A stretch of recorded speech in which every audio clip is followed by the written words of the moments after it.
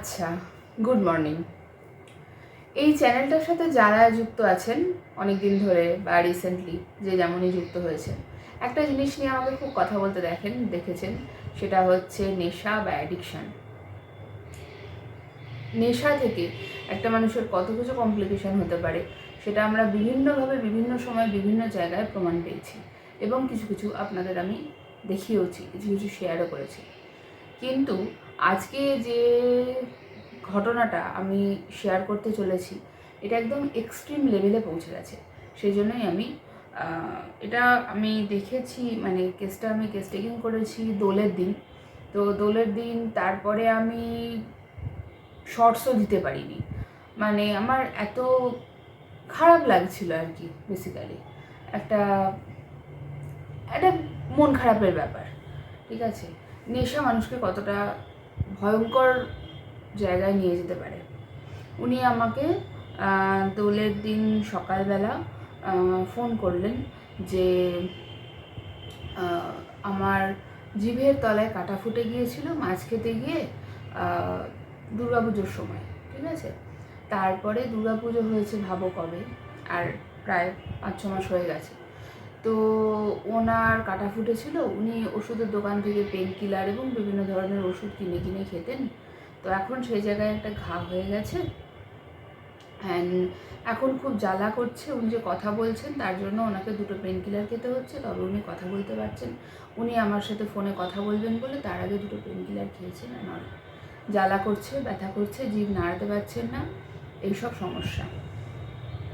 আচ্ছা, তো আমাদের যে নিয়ম আছে যে 55 টাকা দিয়ে আমাদের প্রথম নাম কনফার্ম করাতে হয়, তারপর কেস্টিং করা হয়। তো উনি 55 টাকা দিয়ে নাম, বয়স, ঠিকানা এগুলো লিখে উনি আমাকে হোয়াটসঅ্যাপ করলেন। তারপর আমি ওনার সাথে কথা বললাম এবং ওনার যে অ্যাফেক্টেড এরিয়াটা, জিভের নিচে যে ঘা হয়েছে বলছেন, সেইটার আমি ছবি চাইলাম। হলো, দেখলাম, স্যারকে দেখালাম, স্যার দেখলেন। আচ্ছা, কেস টেকিং হলো। জিনিসটা দেখার সাথে সাথেই সন্দেহ তো মানুষের হয় যে এটা কী ডায়াগনোসিস হতে চলেছে, এবং মানে ক্যান্সারের চিকিৎসা বহন করার যে ফিনান্সিয়াল স্টেট দরকার সেটা ওনার নেই। এবং কেস টেকিং করার পর আমি যখন স্যারকে সব জানালাম, স্যার বললেন ওই যে 55 টাকাটা দিয়েছেন ওটাকে রিফান্ড করে দে, ওনাকে বল। আমি ওনার অ্যাড্রেস বলছি না, ওখানে কাছে মেডিকেল কলেজ আছে, তো কাছে মানে বাসে করে যেতে হবে। তো যে পয়সাটা উনি আমাদের দিয়েছিলেন ওই পয়সাটা দিয়ে বাস ভাড়া করে উনি মেডিকেল কলেজ যাক এবং সেখানে গিয়ে উনি বায়োপসি করান, রেফার করা হলো মেডিকেল কলেজে। আমরা ওষুধ দেব, অবশ্যই আমরা ওষুধ দেব। এমনিতে কি ক্যান্সার পেশেন্ট আমাদের নেই?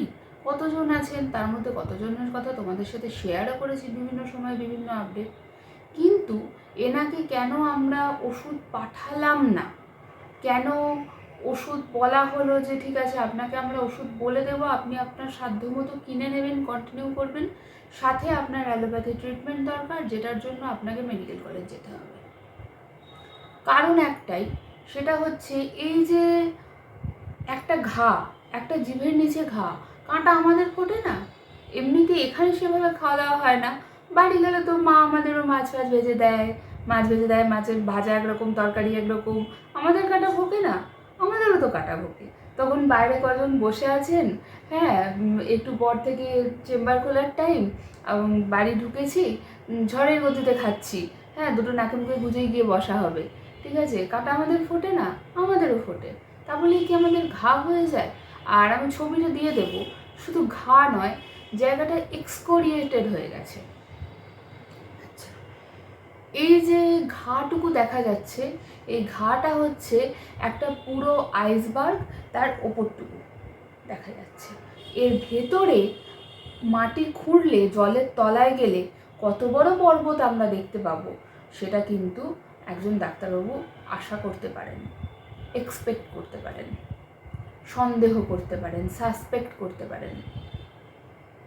বোঝা গেল?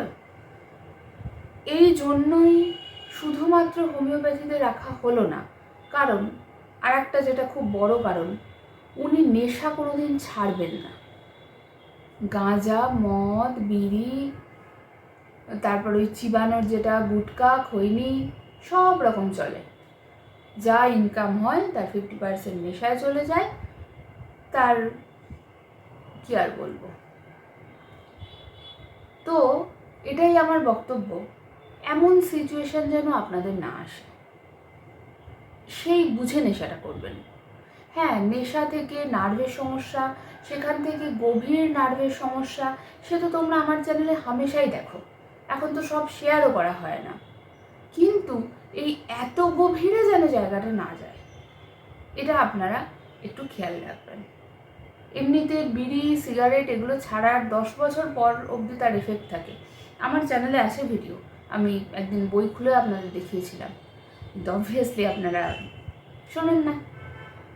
দেখবেন যেন পয়সা ফেরত দিয়ে দেওয়া, আপনাকে আমরা ওষুধ দিতে পারছি না, আপনাকে আমি মানে ওষুধ পাঠিয়ে এরকমভাবে সিঙ্গেল মেডিসিনে কাজ হবে না, আপনাকে আমরা রেফার করছি মেডিকেল কলেজে, এবং তার সাথে সাথে আমাদের ওষুধও আপনাদের খেতে হবে, তবেই গিয়ে দুটো প্যাথির সমন্বয়ে একটা প্রপারলি একটা মানুষটাকে যদি বাঁচানো যায়, এই চেষ্টা দেখবেন যেন এত দূর না গড়ায়। এটাই আমার রিকোয়েস্ট। ঠিক আছে, ভালো থাকুন, সুস্থ থাকুন, কথাবার্তা একটু শুনুন, যেগুলো ম্যানেজমেন্ট বলা হয় শুনুন, যেগুলো লাইফস্টাইল চেঞ্জ করার কথা বলা হয় শুনুন। তাহলে কি হবে, ওষুধটা কম দিন খেতে হবে, ওষুধটা কম খেতে হবে, আপনার সুস্থতাটা, আপনার কিওরটা দ্রুত হবে, এবং কিওরটা কমপ্লিট কিওর হবে, যেটা রেয়ার, খুব রেয়ার। ঠিক আছে, ওই কথা না শুনলে যা হয়।